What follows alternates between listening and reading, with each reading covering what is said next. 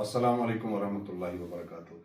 یتھ ایپسوڈس مز کرو اسلام کس اکس اہم موضوعس پہ کت اس قرآن و سنت کی بات اکثر آپ نے بوزمت یتھ زن علم فقہ ونان جورسپروڈنس.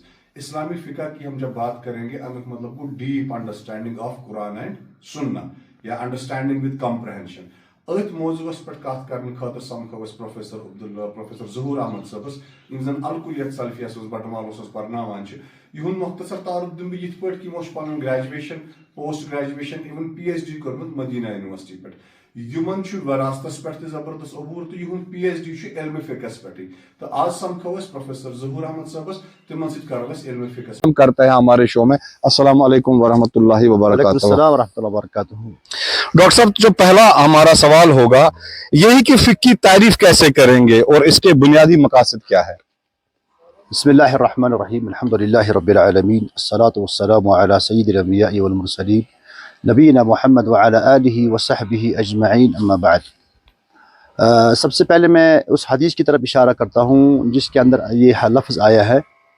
اللہ کے نبی صلی اللہ علیہ وسلم نے فرمایا من یرید اللہ بہ خیرا یفقہہ فی الدین، کہ جس کے ساتھ اللہ تعالیٰ خیر کا ارادہ کرتا ہے اس کو دین کی سمجھ عطا کرتا ہے. اچھا، تو اسی سے یہ نکلا ہے. اور فقہ اصل میں کہتی ہے سمجھ کو. تو جب ہم اس کے اصطلاحی معنی کو لیتے ہیں، جیسے آج اہل علم نے اس کو ایک مستقل فن بنایا ہے، وہ کہتے ہیں کہ شرعی احکام کا جو معرفت ہے، اس کا جو علم ہے وہ شرعی احکام، چونکہ یہاں پہ فقہ کو جو ہے نا ایک ٹیکنیکلی طور سے انہوں نے تقسیم کیا ہے. جو عقیدے کے مسائل ہیں وہ اہل علم اس میں داخل نہیں کرتے ہیں، حالانکہ بعض اہل علم اس میں کرتے ہیں داخل. وہ اس کو بولتے ہیں کہ یہ فقہ اکبر ہے. البتہ جب ہم فقہ کے بارے میں بات کرتے ہیں تو یہاں پہ جو عملی احکام ہے، نماز، روزہ، زکوٰۃ، حج، خرید فروخت ہے، نکاح، طلاق وغیرہ، تو یہ مسائل جو ہے یہ عملی احکام ہے. ان کی معرفت، ان کی علم کو من جملہ فقہ کہتے ہیں. اور جملہ فقہ یہ جو کہتے ہیں. علم حاصل ہوتا ہے یہ ہر حکم کے پیچھے ایک شرعی دلیل ہوتی ہے جو ہمارے پاس ایک سورس بنتا ہے اس کی معرفت کا. اچھا، تو اس کو ہم فقہ کہتے ہیں. ڈاکٹر صاحب یہ فقہ جو ہے اس کا سورس کیا ہے اور یہ جو ڈیفرنٹ سورسز ہے یہ آپس میں کیسے ریلیٹڈ ہے؟ سورس کیا ہے فقہ کا؟ دیکھیے اصل میں جب ہم دیکھتے ہیں کہ جو فقہ کے جو سورسز ہیں ہم ان کو دو حصوں میں تقسیم کرتے ہیں. کچھ بنیادی ہے اور کچھ سیکنڈری ہے. پرائمری اور سیکنڈری. جو اس کے جو بنیادی ذرائع ہیں وہ ہے قرآن، وہ ہے حدیث، وہ ہے اجماع اور قیاس. یہ چار چیزیں بنیادی ذرائع جہاں سے ہم فقہ لیتے ہیں. ڈاکٹر صاحب یہاں پر میں ایک سیکنڈ کے لیے آپ کو روکنا چاہوں گا. ہم نے دو ٹرمز کا یہاں پر استعمال کیا ہے، آپ نے بھی کہا اجماع اور قیاس. تھوڑی سی اگر آپ ان کی وضاحت کریں تاکہ ہمارے دیکھنے والوں کو آسانی ہوگی یہ چیزیں سمجھنے. دیکھیے شاید یہ آپ کے پاس اس کے بعد میں آنے والا سوال ہے. اچھا ٹھیک. فی الحال ہم بات کریں گے کہ جو فقہ کی جو بنیادی ذرائع ہیں ان میں بنیادی ذرائع میں ہے قرآن، حدیث ہے اور اجماع اور قیاس. اجماع اور قیاس. اس کے بعد سیکنڈری طور پہ ہم دیکھتے ہیں کچھ ایسے دلائل ہیں جن میں اہل علم کا اختلاف ہے، سب لوگ اس کو ایکسیپٹنگ کرتے ہیں. ان میں ہے سد الذرائع ہے، استحسان ہے، استصحاب ہے، قول و صحابی ہے، شرع من قبلنا ہے. اور یہ وہ دلائل ہیں جو فقہ کے سورس مانے جاتے ہیں، جہاں سے ہم فقہی احکام حاصل کرتے ہیں. تو فی الحال یہی کہیں گے کہ فقہ کے جو اہم ذرائع وہ دو قسم ہیں. ایک متفق علیہ ہے، قرآن ہے، حدیث ہے، اجماع، قیاس، اور کچھ مختلف یہ ہے جو اکثر فقہی احکام میں ہمیں نظر آتے ہیں. اچھا ٹھیک ہے ڈاکٹر صاحب. تو کیا آپ اسلامی قانون میں جو قانونی احکام اخذ کرنے کا طریقہ ہے اس کی تھوڑا آپ وضاحت کیجیے. دیکھیے جب ہم فقہ کہتے ہیں نا کہ یہ قرآن حدیث کا مفہوم ہے، تو جیسے کہ اللہ تعالیٰ نے قرآن کے بارے میں فرمایا ہے ما فرطنا فی الکتاب من شیء، ہم نے اس میں کسی قسم کی کمی نہیں رکھی ہے. تو دنیا کے اندر جب سے کائنات بنی ہے اور جب تک اس کائنات کا وجود رہے گا اس فقہ کے اندر ہمارے سارے مسائل موجود ہیں. تو جو قانون ہمیں نظر آتے ہیں یا جو ہمیں ضرورت آتے ہیں تو وہ سب اس میں ہے. اب یہ ایک انسان کی محنت پہ منحصر ہے، وہ کتنی محنت کرے گا اور اس میں تلاش کرے گا. کہ جب اللہ تعالیٰ نے فرمایا کہ اس میں ہم نے کسی قسم کی کمی نہیں دیکھی ہے تو اب ہمارا کام کیا ہے، ہم اس کو تلاش کریں. اور جب ہم دیکھتے ہیں فقہ اسلامی کا کوئی بھی باب آپ خالی نہیں پائیں گے جس میں آپ ان قوانین کی طرف اشارہ نہیں دیکھیں گے. یہ سب ایک قانون ہی ہے. ایک انسان کو مرنے سے یعنی جینے کے بعد سے لے کر مرنے تک، ایون کہ مرنے کے بعد بھی جو اس کے معاملات ہیں، جو اس کو زندگی کے اندر پیش آتا ہے، ان کا سارا حل फिक के अंदर हम पाते हैं। अच्छा, इस तो हिसाब से हम देखते हैं कि फिक इस्लामी इसके अंदर सारे कवानीन मौजूद है। सारे कवानीन ये दिन ब दिन एक्सपेंड भी करता है, और शायद ये एक ही ऐसी इस्लाम की चीज होगी जो प्रोग्रेसिव है। यानी कि आप ये नहीं कह सकते हो कि जैसे कुरान में इतनी आयतें हैं बस, इतने अहादीस है बस, लेकिन फिक में बढ़ोतरी होती रहती है।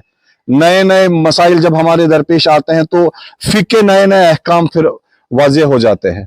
उसको हम इस तरह से भी ले सकते हैं कि फिक ही इस्लाम की वो चीज है जो एवोल्यूशनरी फेज में है। जैसे हमने कहा कि ये दीन की समझ है, तो जब हम इस समझ को कहेंगे कि जाहिर सी बात है कुरान और हदीस के अंदर सारी चीज़ों को मेंशन नहीं किया गया है। बिल्कुल। अलबत्ता कुरान और हदीस के अंदर हमें ऐसा रोड मैप दिखाया गया कि जहाँ से हम बाकी मसाइल का हल निकाल सकते हैं। जैसे मैंने कहा आपके सामने, अभी हमारे सामने इज्तिहाद है, जैसे कयास है। बिल्कुल, कयास एक ऐसा पैमाना है कि क़यामत की सुबह तक आप जिस चीज़ को भी देखेंगे उसको आप कुरान और हदीस पे उस मीज़ान पे लाएंगे, सारे मसाइल का हल आपको मिलेगा। लेकिन कयास करने वाले उसके एक्सपर्ट होने चाहिए। तो जैसे फिक के बारे में हम कहते हैं, ये दावा करते हैं कि ये वो चीज़ है जो क़यामत तक रहेगी इंशाअल्लाह, और इसके अंदर जो हमें अल्लाह के नबी ने जो रूट मैप दिखाए हैं, तो उस हिसाब से हमें लगता है कि जितने भी मसाइल इंसान को पेश आएंगे उनका हल कुरान और हदीस के अंदर ही मौजूद है। जैसे आपने इशारा किया कि फिक के अंदर एक नया सब्जेक्ट अभी इंट्रोड्यूस किया गया है। ठीक, जब से दुनिया के अंदर जो टेक्नोलॉजी बढ़ी है, जो चीज़ें पहले नहीं थी अभी है, और इस तनाजुर में अगर देखा जाए तो बहुत सारे ऐसे मसाइल पैदा हुए जिनको हम कुरान और हदीस के अंदर टू द पॉइंट नहीं पाते हैं, लेकिन अहले इल्म ने उनके बारे में इज्तिहाद किया है और उनको जो है एक फिक़ह की सूरत में एक उनका हल निकाला है जितने भी मसाइल पैदा होंगे। और इसीलिए मैंने कहा कि फिक़ह के अंदर एक नया मादा पैदा हुआ जिसका नाम है फ़िक़्हुन नवाज़िल। अच्छा, मैंने खुद इसमें PhD किया है, और हमें इसमें बताया गया है कि जब आपके सामने कोई नया मसला पेश आएगा जिसको आप बेआईन ही कुरान हदीस में नहीं पाएंगे, तो आप कैसे उसका हल तलाश कर सकते हैं। बिल्कुल, तो इस तरीके से अभी एक नया फिक बन रहा है और इसमें लोग जुड़ रहे हैं और अहले इल्म इसमें कामयाबी के साथ काम कर रहे हैं। ठीक है डॉक्टर साहब, एक और सवाल की ओर हम बढ़ रहे हैं। उलमाए कुरान और हदीस के मतनों की तशरीह में जदीद मसाइल के तनाजुर में कैसे अमल करते हैं? देखिए, जैसे मैंने अभी इशारा किया कि जब किसी आलिम के पास कोई नया मसला आता है तो जाहिर सी बात है कि उसके पास पहले से एक सलाहियत होनी चाहिए। उस सलाहियत को बरोकार लाते हुए वो कुरान और हदीस के अंदर ही उसका हल निकालेगा, क्योंकि जैसे अल्लाह ताला ने फरमाया कि हमने इसके कुरान के अंदर किसी किस्म की कमी नहीं है। अब ये हमारी मेहनत पे मुनहसर है कि हम इसको कैसे निकालेंगे। ऐसा नहीं है कि हमारे रास्ते बंद हो जाएंगे, हम कहेंगे कुरान और हदीस में इसका कोई जवाब नहीं है। ऐसा नहीं है, बल्कि जैसे कि मैंने बताया कि अल्लाह के नबी ने अपने सहाबा को अपने दौर के अंदर ऐसी ट्रेनिंग दी कि जो क़यामत की सुबह तक हमारे लिए एक मशअल रहा। मैं आपको एक मिसाल देता हूँ। एक औरत आई अल्लाह के नबी सल्लल्लाहु अलैहि वसल्लम के पास। उसने सिंपल सवाल, सादा सवाल किया कि मेरा बाप जो है वो सवारी पे नहीं रह सकता है, यानी सवारी पे ठहर नहीं सकता है, क्या मैं उसके बदले हज कर सकूं? क्योंकि सवारी पे जाना था उसको। अब आदमी ऐसा है जो जिस्मानी तौर पर माजूर है, वो सवारी पे बैठ नहीं सकता। औरत का सवाल करे कि क्या मैं उसके बदले हज कर सकती हूँ या नहीं। अगर हम हदीस को देखेंगे, इस सवाल का जवाब अल्लाह के नबी अगर चाहती तो हाँ या नहीं में देते, लेकिन अल्लाह के नबी ने देखिए सवाल जवाब कैसा दिया। फरमाया कि अगर आपके बाप के ऊपर कर्जा होता और तुम वो कर्जा उतारती तो क्या कर्जा खत्म होता? उसने कहा इसी तरह अल्लाह का कर्जा है।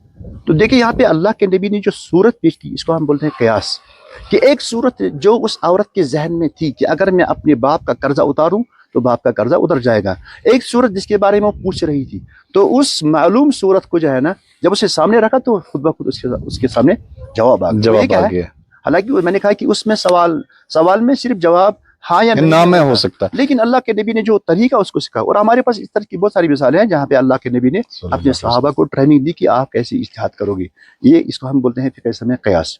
तो कयास ही वो चीज़ है, वो एक ऐसा आला है जिसमें हम इंशाअल्लाह कभी भी किसी मसले का हल निकाल सकते हैं। बहुत अच्छा, अब तक की जो हमारी बातचीत थी काफ़ी खूबसूरत रही और हमें भी काफ़ी चीज़ों के बारे में, नई चीज़ों के बारे में मालूमात हुई। इसके लिए आपका शुक्रिया। एक और सवाल की ओर हम बढ़ते हैं। इस्लामी फ़िक़ह को जदीद और आलमी यानी कि यूनिवर्सल नोवियत के चैलेंजेस से निपटने के लिए किस तरह किरदार अदा करना होगा, या क्या कैसे उसका उनका रुझान कैसा होना चाहिए? देखिए, इसमें जो है सबसे बड़ी जिम्मेदारी ये बनती है अहले इल्म की कि वो ऐसे मसाइल में या तो लोगों के सामने बोले या तो किताबों के अंदर ऐसे मसाइल को लाए। एक चीज़ है कि लोगों के अंदर एक ऐसा जहन हो कि वो समझते हैं कि पहले से एक जहन बना लेते हैं कि शायद इस्लाम के अंदर इन मसाइल का हल नहीं है, तो वो पूछते नहीं है। हालांकि आप देखिए कि हर मसले के अंदर जो है ना अहले इल्म ने लिखा है। मैं आपको एक मिसाल देता हूँ कि जब मैं पीएचडी कर रहा था तो मेरे एक थीसिस में एक मसला था आईवीएफ। जिस वक्त मैंने यहाँ कश्मीर के अंदर उसके बारे में बात की तो उस वक्त लोगों को अनहोनी बात लगी, ये क्या आदमी बोल रहा है। लेकिन अभी आप देखिए कॉमन चीज है, हर क्लिनिक पर आजकल आईवीएफ कश्मीर के हर गली कोचे में आईवीएफ सेंटर्स खोले। बिल्कुल सर, और इसके बारे में इंसान को पता होना चाहिए। जब मैंने बात की तो उस वक्त कोई जानता नहीं था, उस वक्त आप बोलते थे इसकी क्या जरूरत है। लेकिन अभी देखिए मार्केट देखिए आप तो लेकिन इसमें भी मैं आपको एक बात बताऊं कि अहले इल्म ने इस मामले में आज से 35 साल पहले बात की। टेक्नोलॉजी तो अभी हमारे मुल्क में यहाँ आई, बिल्कुल हम इसमें पीछे हैं, लेकिन जिन मुल्कों में ये टेक्नोलॉजी पहले से मौजूद थी तो 35 साल पहले आलमी इस्लामी का एक अकेडमी है, उन्होंने इस मसले को वहाँ पे हल किया हुआ। तो असल में हमारी कोताही है कि हम मसाइल को नहीं देखते हैं। तो अब इसमें ये लोगों की भी जिम्मेदारी बनती है और अहले इल्म की भी जिम्मेदारी बनती है कि वो ऐसे मसाइल को लोगों तक पहुँचाए ताकि उनका हल भी कुरान और हदीस की रोशनी में इसी फिक से निकल सके। जरूर इसमें तो मौजूद है, इसमें मौजूद है कि फिक के अंदर हर चीज मौजूद है, फिक के अंदर हर चीज मौजूद है की जरूरत है और फिर जवाब देने की जरूरत है। डॉक्टर साहब फिर थोड़ा सा अर्ज करूंगा मैं, ये जो इज्तिहाद है और कियास, इनकी जो थोड़ी सी फर्क है उसको थोड़ा सा आप डिफाइन कीजिए।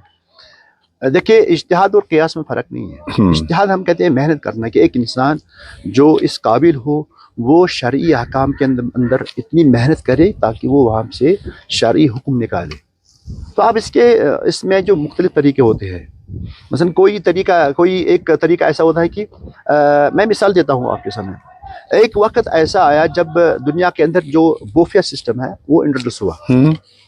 अब अहले इल्म की नज़दीक एक इसका मसला, इसका शरई हुक्म, क्योंकि एक इंसान जो है ना किसी रेस्टोरेंट में जाता है और वहाँ पे बैठ के ऑर्डर देता है, वो मेनू आता है और फिर उसमें कीमतें होती है। लेकिन जो ओपन बुफे होता है उसमें आपने खुद सर्व कर प्लेट लेके आपने जाना होता है वगैरह, जितनी मर्जी है आपकी खा सकते हैं।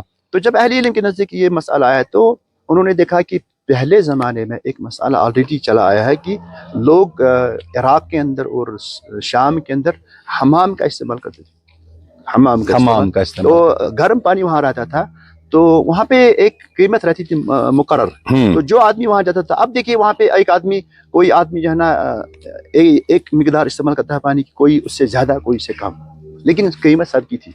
और ये मसला उस वक्त अहले इल्म के नज़दीक मुत्तफ़क़न है। अब ये जो बोफे आ गए तो अहले इल्म ने उस पर उसी सूरत पे डाल दिया, तो हमाम वाली सूरत पे, हाँ, तो मसला निकल गया। इसी तरह मसलन इसको हम दूसरे अल्फाज में कियास भी कैसे, क्योंकि हमारे पास एक सूरत होती है ऑलरेडी मौजूद होती है और एक सूरत होती है जिसके बारे में हमें पता नहीं, तो हम उस मजहूल सूरत को जो है ना उस पर कियास करते हैं, तो उससे वहाँ हमारा मसला हल होता है। उसमें जो है ना एक इक्वलेंस होती है, उसमें शुरूत होते हैं। कियास में ये शर्त है कि जिस चीज़ पे हम कियास करें वो उसके अंदर एक चीज़ मुश्तरक होनी चाहिए। जैसे मसलन अभी हम देखते हैं हमारे पास शरीयत के अंदर जो शराब है, शराब जिससे नशा आता है, वो हमारी शरीयत के अंदर हराम है। अब आपके सामने कोई ऐसा ड्रिंक पेश किया जाए जिसको शराब का नाम नहीं दिया, जो नया आया है मार्केट में, लेकिन उसमें भी वही खासियत है, वो उसमें भी नशा तारी हो जाता है इंसान। तो आप इस चीज को कैसे हराम कहेंगे कि ये कयास करेंगे हम उससे शराब वाली आयत पर, क्योंकि शराब में भी वही सिफत है जो इस ड्रिंक में इस सिफत है। दोनों का हुक्म एक ही बनता है, दोनों का हुक्म एक ही बनता है।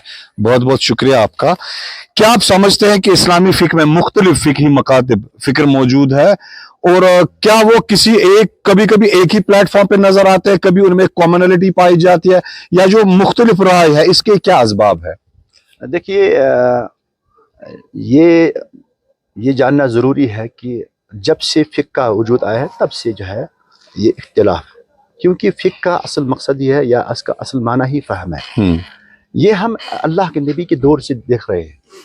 دیکھیں اللہ کے نبی نے اپنے صحابہ کو کہا کہ تم میں سے کوئی بھی آدمی عصر کی نماز کہاں پہ پڑھے؟ بنو قریظہ میں. یعنی عصر کی نماز نہیں پڑھنی ہے الا کہاں پہ؟ بنو قریظہ. جب جنگ احزاب ختم ہوئی اب صحابہ نکلے.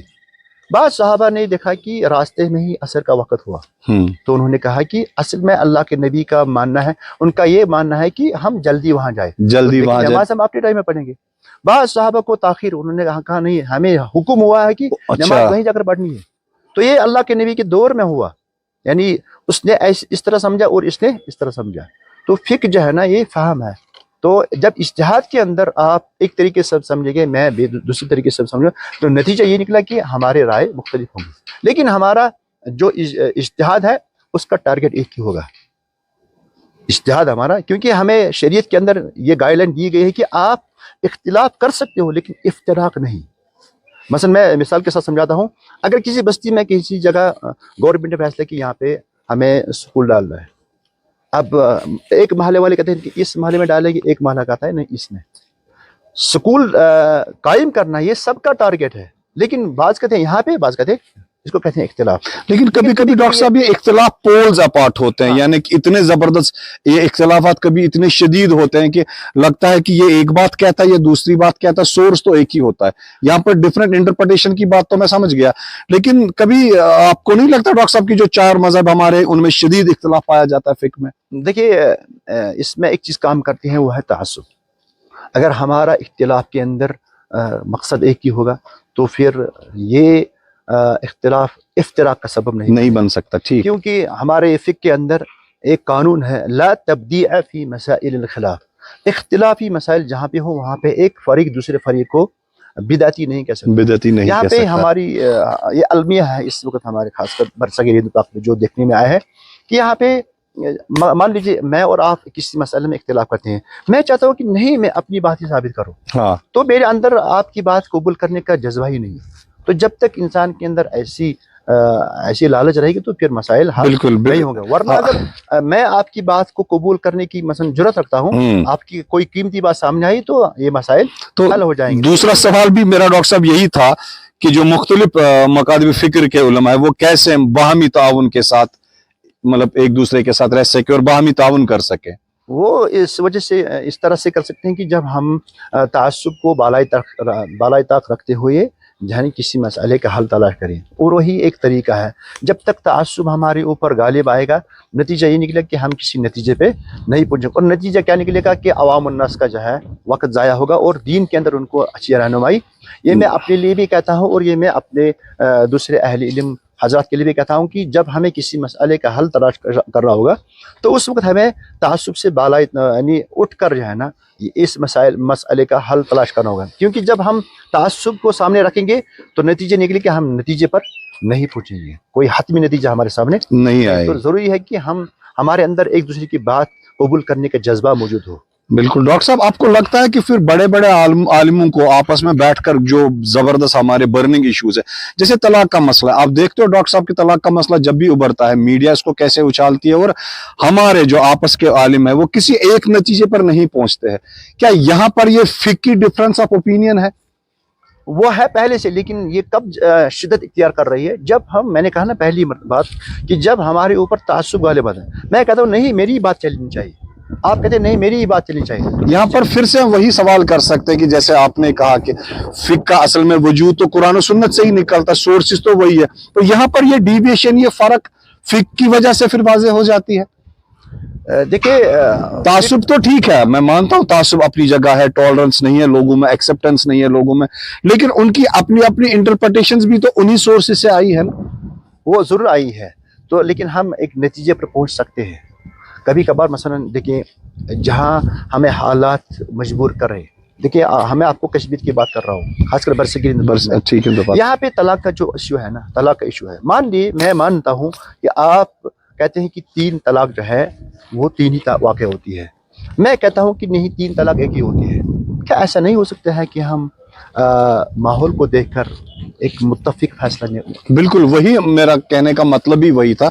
क्या ये उलमा मिलकर एक ही नतीजे पर नहीं पहुंच सकते? क्या ऐसा कोई रास्ता नहीं निकल सकता? देखिए, मैं कहता हूँ कि हर फिक्र के अंदर इस तरह की गुंजाइश कि आप मुखालिफ के कौल को कबूल कर सकते हैं, लेकिन मसला ये है कि वो कबूल न करने का जो अच्छा, कबूल न करने का जज्बा वो ज्यादा हावी होता है मैंने कबूल मिसाल- करने के जज्बे पर। मैंने मिसाल दी आपको जो तलाक, ट्रिपल तलाक, अभी देखिए बिल्कुल। हमारे मुल्क के अंदर जो है ना इस तलाक को जो है ना एक क्राइम बनाया गया है। बनाया गया है, लेकिन बिल्कुल। उससे पहले बेहतर था कि हम आपस में मिलकर इसका मसला, इसमें क्या प्रॉब्लम थी कि अगर मान लो कि आप अक्सरियत में हो, आप मेरी बात मानो, आप मेरी इसकी बात मानो, कोई प्रॉब्लम। बिल्कुल, तो नताइज अभी सामने आए वो सब के लिए मायूस हुए। सबके लिए मायूस कुन है, ये बात बिल्कुल सही है। डॉक्टर साहब, एक और सवाल की ओर हम बढ़ते हैं।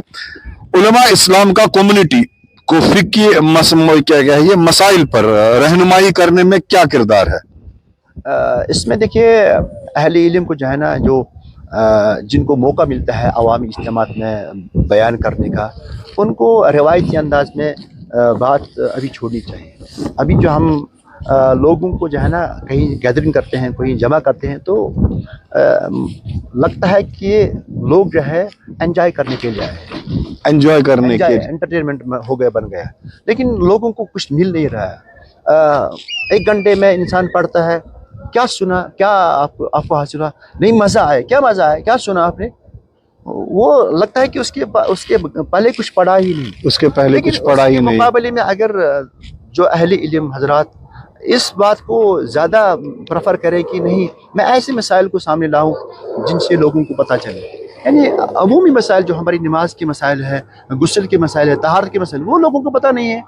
बस हम जब मिंबरों पे आते हैं, या तो हम एक दूसरे के खिलाफ बात करेंगे या ऐसी तकरीरें करेंगे जहां हमें लोगों को लगे कि इनको मज़ा आना चाहिए, मजा आना चाहिए। गैदरिंग अच्छी होनी चाहिए।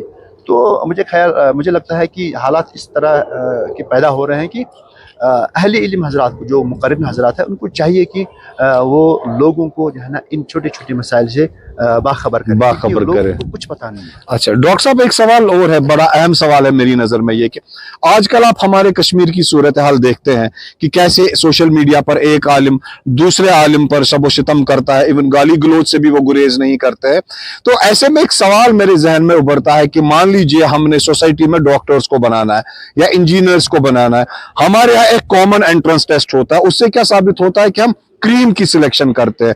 तो अक्सर हमारे दारुल उलूम से हजारों की तादाद में बच्चे निकलते हैं, लेकिन क्या वजह है? बच्चे तो निकलते हैं लेकिन आलिम बहुत कम निकलते हैं। क्या आपको लगता है कि हमें भी ऐसे ही बच्चे लेने चाहिए, यहाँ पर भी वो सिलेक्शन की रॉड होनी चाहिए ताकि इंटेलेक्चुअल तबका भी यहाँ इस्लाम का जो इल्म है इसकी ओर आए? आपने मेरे ख्याल से तर्जुमा नहीं की, क्योंकि मैं इस फील्ड में हूँ और बहुत साल से मैं काम भी कर रहा हूँ इसमें। तो मेरे ख्याल की आपने तर्जुमा नहीं की कि इस वक्त ज़माना इस बात का तकाजा करता है कि हमें जिन लोगों को मार्केट में लाना है, जो प्रोडक्ट हम तैयार करने जा रहे हैं, वो सलाहियत वाले हो, वो यानी इल्मी तौर से अपाहिज ना हो। और हम जो देख रहे हैं इस वक्त, जो मार्केट के अंदर हमारे जो मदारिस से फारिग होते हैं, वो हम कसरत से लेते हैं, लेकिन फिर आवाम को क्या देते हैं? मैं समझता हूँ माली तौर से या इल्मी तौर से अपाहिज होते हैं। इल्मी तौर से अपाहिज इंसान अपने कम्युनिटी को क्या देगा, ये बड़ा सवाल है। ये उन तंजीमों के ज़िम्मेदारों के ऊपर सवाल है कि जिन्होंने मदारिस कायम किए हैं, कि वो ख्याल रखे कि जो कौम का जो असासा है, ये ऐसी जगह पे खर्च हो जहाँ पे आप कल कौम को कुछ सलाहियत वाले अफराद देश से तैयार कर सके। ऐसा नहीं कि आप सैकड़ों की तादाद में लड़कों को फारे करो, लेकिन जब वो मार्केट में आए तो उनके पास सलाहियत नहीं है। सलाहियत नहीं है। मैं हमेशा इस बात पर मुसर रहता हूँ खुद भी, और मैं चूंकि खुद इस मैदान में काम कर रहा हूँ, मुझे लगता है, महसूस हो रहा है कि मैदान में हमें ऐसे लोगों की ज़रूरत है जो बासलाहियत हो, चाहे वो कम ही हो, शुक्रिया कम ही हो, लेकिन वो बासलाहियत, शुक्रिया, कौम को कुछ दे। बिल्कुल शुक्रिया डॉक्टर साहब। आखिर मैं इस इदारे के बारे में आपसे कुछ जानना चाहता हूँ, ये जो इदारा यहाँ है इसके बारे में आप कुछ बताइए। ये जमीयत अहले हदीस जम्मू कश्मीर का एक मुनफरिद इदारा है, जो तकरीबन आज से 40 साल पहले या उससे पहले कायम हुआ है, और पहले बराबर शाह में कायम था और अभी कुछ साल पहले यहाँ बटामालू में शिफ्ट हो गया है। तो यहाँ पे अक्सर जो यहाँ पे पढ़ते हैं वो मदीना मुनव्वरा जाते हैं या सऊदी अरब की दूसरी यूनिवर्सिटीज में पढ़ते हैं, वहाँ से पढ़कर यहाँ पे फिर खिदमत करते हैं। तो वादी के अतराफ अकनाफ में इन तालिब इल्म की جو جمیعت اہل حدیث کا ایک منفرد ادارہ ہے، اس کی بدولت جو آپ کشمیر کے اندر بہت سارے فقہی مسائل کو آپ دیکھیں گے جن کے بارے میں کوئی جانتا بھی نہیں تھا، وہ الحمدللہ اس ادارے کی بدولت روشناس ہوئی. اور الحمدللہ اس طرف ہماری بلڈنگ ہے، یہ مرکز ابن مسعود ہے، اس میں طلباء کو حفظ کرایا جاتا ہے. اچھا حفظ اور کرایا الحمدللہ جاتا ہے. ابھی کچھ دن پہلے ایک کمپٹیشن ہوا تھا ریاست سطح پر، وہاں پہ اس ادارے کے 2 بچوں نے پہلی اور تیسری پوزیشن حاصل، مبارکباد اس کے لیے. جمیعت اہل حدیث کی طرف سے ایک اچھی کاوش ہے، اور اس میں اور زیادہ ضرورت ہے، کیونکہ جتنا عوام کا تعاون رہے گا اتنا. کیونکہ یہ ایک مدرسہ ہے، یہاں پہ ایک کالج ہے لڑکوں کا، اور بھیمرا میں ایک کالج ہے لڑکیوں کا، اور بھی کالج قائم کرنے کی ضرورت ہے. لیکن پھر بھی میں وہی بات دہراؤں گا کہ ایسے کالجوں میں ان افراد کو داخل کیا جائے جو کل قوم کو کچھ دے سکے، نہ کہ ہم اپاہجوں کی ایک نسل تیار کر کے قوم کے اوپر ایک بوجھ بنائیں. ایسا نہیں ہو. بہرحال الحمدللہ اس کلیہ کی، اس کالج کی ایک ریپوٹیشن ہے. میں اس کا ایک نمونہ ہوں. الحمدللہ ہم نے اس کالج کے اندر پڑھا ہے، اور پھر ہم نے مدینہ کے اندر اعلیٰ ڈگری حاصل کی ہے، اور اس وقت الحمدللہ اللہ کی توفیق سے ہم اہل کشمیر کو اس علم سے روشناس. ایڈمیشن کے بارے میں آپ کچھ بتائیے ڈاکٹر صاحب، ایڈمیشن پروسیس کیا ہے؟ ابھی یہاں پہ پچھلے ہفتے ایڈمیشن ہوا، انٹرویو ہوا، تو یہاں پہ تقریباً 100 کے قریب لڑکوں نے داخلہ کے لیے فارم لیا تھا، اور پھر ان کا ایک انٹرویو ہوا. یہ 10th پاس کے بعد بچہ یہاں ایڈمیشن لے سکتا ہے؟ 10th پاس کے بعد، اس سے پہلے نہیں ہے. اس سے پہلے نہیں. انہوں نے انٹرویو دینا ہوتا ہے، اگر اس انٹرویو میں وہ پاس ہوتا ہے سارے سبجیکٹس میں تو پھر اس کو لیا جاتا ہے. انٹرنس ہوتی ہے یہاں پہ، البتہ اس میں بھی اور پھر زیادہ سختی کرنے کی ضرورت ہے تاکہ اس سے اچھی پروڈکٹ بالکل جیسے ہم بات کر رہے تھے. ڈاکٹر صاحب آخر میں ایک اور سوال کی اور میں آ رہا ہوں. اب مان لیجیے ہمارا پڑھا لکھا طبقہ ہو، کوئی انجینئر ہو، کوئی ڈاکٹر ہو، اگر وہ بھی دینی علوم حاصل کرنا چاہتے ہو، عربک لینگویج سیکھنا چاہتے ہو، کیا ان کے لیے کوئی ایسا پارٹ ٹائم کورس ہے یہاں پر؟ ان کو شام کو یا ایسی کلاسز کا اہتمام ہے یہاں پر؟ دیکھیں یہاں کشمیر کے اندر آپ بہت ساری جگہوں میں دیکھیں گے سنڈے کلاس میں وہی طبقہ ایک ٹارگٹ ہوتا ہے جس کو نارمل دنوں میں کلاس یعنی اٹینڈ نہیں کر سکتے. تو سنڈے کلاس میں ہمارے پاس بھی ایک سینٹر چلتا ہے یہاں بٹمالو میں چلنا. میرا اپنا ایک ادارہ ہے المدینہ ایجوکیشن اینڈ چیریٹیبل ٹرسٹ کے نام سے ایک ادارہ چلتا ہے. اس میں پچھلے 3 سال سے ان طلباء کو لڑکیوں کو ٹارگٹ کرتے ہیں جن کو عام دنوں میں کلاس اٹینڈ کرنے کی فرصت نہیں ہے, تو وہ سنڈے کے دن آتے ہیں, ان کو سارے علوم ہم پڑھاتے ہیں. تو ایسے مدارس جو ہے نا کشمیر کی ہر جگہ پہ موجود ہیں. اور الحمدللہ ہماری بھی ایک کالج کے لیول پہ ہم ایک انسٹیٹیوٹ قائم کرنا چاہتے ہیں اس کالج کے لیول سے, جو ایسی جماعت کو یا ایسی طلباء کو ٹارگٹ کرے کہ جن کے پاس دین کے اندر پڑھنے کی کے لیے وقت نہیں ہے, ان کے لیے وقت